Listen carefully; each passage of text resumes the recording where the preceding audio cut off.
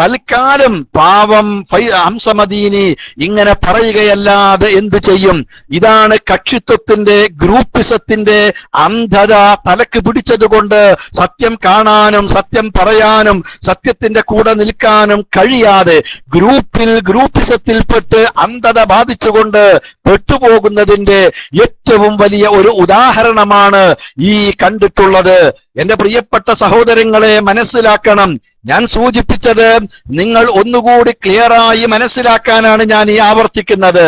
മാതാ അമൃതാനന്ദമയിയുടെ മുമ്പിൽ ചെന്നുകൊണ്ട് അമ്മേ എന്നെ പരലോകത്ത് രക്ഷിക്കണേ എന്ന് പറഞ്ഞാൽ, അമ്മേ ഒരുപാട് ചികിത്സിച്ചു, അമ്മയുടെ ഹോസ്പിറ്റലിൽ ചികിത്സിച്ചു, രോഗം സുഖപ്പെട്ടില്ല, അമ്മ എന്റെ രോഗം സുഖപ്പെടുത്തി തരണേ എന്ന് അമ്മയോട് പ്രാർത്ഥിച്ചാൽ, ഇതുപോലെ ജീവിച്ചിരിപ്പുള്ള ആൾ ദൈവങ്ങളുടെ മുമ്പിൽ ചെന്ന് പ്രാർത്ഥിച്ചാൽ അവർ കേൾക്കില്ല. അതുകൊണ്ട് തന്നെ അത് പ്രാർത്ഥനയല്ല, അതിനാൽ തന്നെ അത് ശിർക്കാവുകയില്ല എന്നാണ് ഇദ്ദേഹത്തിന്റെ വാദം.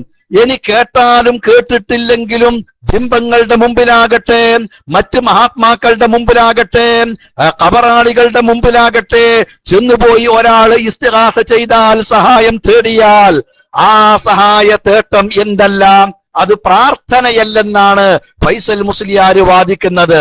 അള്ളാഹുവിനോട് ചെയ്യുന്നത് മാത്രമേ പ്രാർത്ഥനയാവൂ, അള്ളാഹു അല്ലാത്ത ആരോട് ചെയ്യുന്നതും പ്രാർത്ഥിക്കുന്നതും പ്രാർത്ഥനയല്ല, പ്രാർത്ഥനയായി അംഗീകരിക്കാൻ പറ്റില്ല എന്ന്.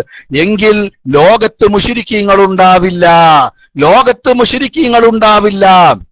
മുജാഹിദീങ്ങളുടെ കൂട്ടത്തിൽ ശിർക്കിനെ അനുകൂലിക്കുന്നവരോ ജിന്നിനെ വിളിച്ച് സഹായം ചോദിക്കുന്നവരോ ആരുമില്ലല്ലോ എന്ന് പറഞ്ഞ് നടക്കുന്ന ആളുകൾ, ഇതേപോലെ തന്നെ ഒരു കാര്യം കൂടി പറയണം.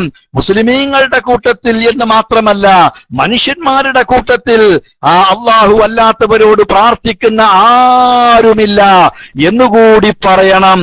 കാരണം വിശുദ്ധ ഖുർആൻ തന്നെ നസ്സായി ഖുർആനിലൂടെ എടുത്തു പറഞ്ഞത് വമാ യുഅ്മിനു അക്സറുഹും ബില്ലാഹി ഇല്ലാ വഹും മുശ്രികൂൻ, അവരിൽ ഭൂരിപക്ഷം ആളുകളും മുശ്രിക്കീങ്ങളായിട്ടാണ് അള്ളാഹുവിൽ വിശ്വസിക്കുന്നത് എന്നാണ്. മുശ്രിക്കായി കൊണ്ടല്ലാതെ അള്ളാഹുവിൽ വിശ്വസിക്കുന്നില്ല എന്നാണ് ഖുർആൻ പറഞ്ഞത്. എങ്ങനെയാണ് അവർ മുശ്രിക്കീങ്ങളായിക്കൊണ്ട് വിശ്വസിച്ചത്? അതാണ് ഖുർആൻ പറഞ്ഞത്, ഫഇദാ റകിബു ഫിൽ ഫുൽകി ദഅവുല്ലാഹ മുഖ്ലിസീന ലഹുദ്ദീൻ ഫലമ്മാ നജ്ജാഹും മിനൽ ബർരി ഇദാ ഹും യുശ്രികൂൻ. അവർ സമുദ്രത്തിൽ യാത്ര ചെയ്യുമ്പോൾ കപ്പലിൽ കയറിക്കഴിഞ്ഞാൽ തിരമാലകളിൽപ്പെട്ട് കപ്പൽ മുങ്ങിപ്പോകുമെന്ന് ഭയപ്പെടുമ്പോൾ അള്ളാഹുവിനെ മാത്രം വിളിച്ചു പ്രാർത്ഥിക്കും. അവരെ അള്ളാഹു കടലിൽ നിന്ന് കരയിലേക്ക് രക്ഷപ്പെടുത്തിയാൽ അവരതാ അള്ളാഹു അല്ലാത്തവരോട് പ്രാർത്ഥിച്ചുകൊണ്ട് ഇദാഹും യുശ്രികൂൻ, പ്രാർത്ഥനയിൽ മറ്റുള്ളവരെ അള്ളാഹുവിനോടൊപ്പം പങ്കു ചേർത്തുകൊണ്ട് അവർ മുശ്രിക്കുകളാകുന്നു എന്നാണ് ഖുർആൻ പറഞ്ഞത്. മുശ്രിക്കാണെന്ന് പറഞ്ഞ, ശിർക്കാണെന്ന് പറഞ്ഞ ഈ കാര്യം ഇത് ശിർക്കല്ലേ അല്ലെന്നാണ് ഫൈസൽ മുസ്ലിയാർ വാദിക്കുന്നത്. കാരണം അള്ളാഹു അല്ലാത്ത ആരും പ്രാർത്ഥന കേൾക്കില്ല, അള്ളാഹു മാത്രമേ പ്രാർത്ഥന കേൾക്കൂ എന്ന് പറഞ്ഞാൽ അതിന്റെ അർത്ഥം അള്ളാഹു അല്ലാത്തവരോട് ചെയ്യുന്ന പ്രാർത്ഥന പ്രാർത്ഥനയല്ല, അവർ കേൾക്കില്ല എന്ന് പറഞ്ഞാൽ അവരോട് ചെയ്യുന്ന പ്രാർത്ഥന പ്രാർത്ഥനയല്ല എന്നാണല്ലോ അദ്ദേഹം പറഞ്ഞത്. അമൃതാനന്ദമയിയുടെ മുമ്പിൽ വെച്ച് ഞാൻ ഒരാൾ ഇങ്ങനെ പ്രാർത്ഥിച്ചാൽ അത് കേൾക്കില്ലെന്നാണോ ഫൈസൽ മൗലവി പറയുന്നതെന്ന് കരീം മൗലവി ചോദിച്ചപ്പോൾ കരീം സുല്ലമിയുടെ ചോദ്യത്തിന് ഫൈസൽ മുസ്ലിയാർ പറഞ്ഞത് ഒരൊച്ച കേൾക്കും അമ്മ, പക്ഷെ പ്രാർത്ഥന കേൾക്കില്ല എന്നാണ്. വല്ലാത്ത ഒരു അത്ഭുതമാണ്, വല്ലാത്ത ഒരു അത്ഭുതമാണ് ഈ ഒരു ദുരവസ്ഥ ഈ മനുഷ്യന് ചെന്നുപെട്ടിട്ടുള്ളത്.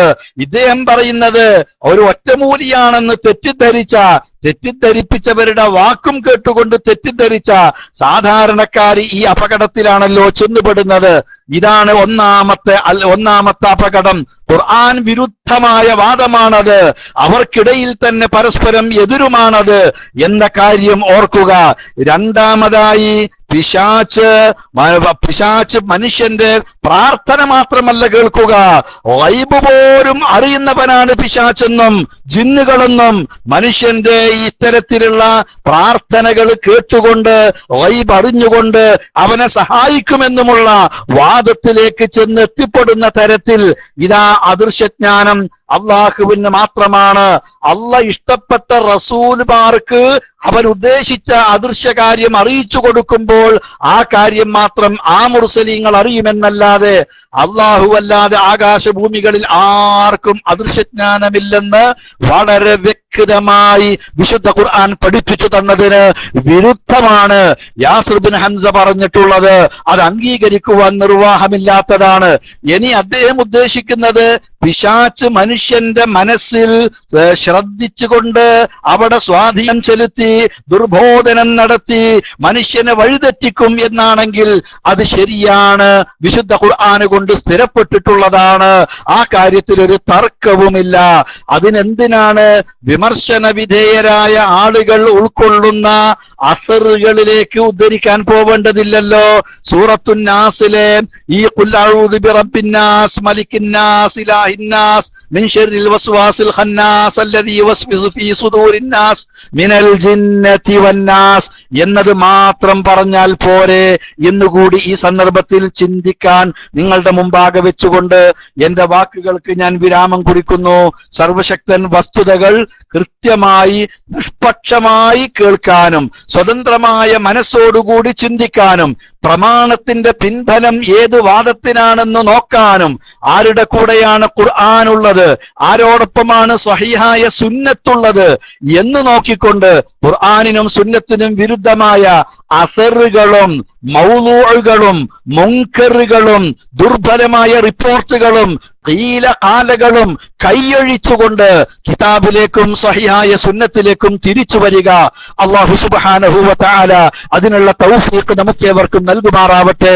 വസല്ലല്ലാഹു വസല്ലമ അലാ നബിയിന മുഹമ്മദ് വആലിഹി വസഹാബതി അജ്മഈൻ. വസ്സലാമു അലൈക്കും വറഹ്മത്തുള്ളാഹി വബറകാതുഹു.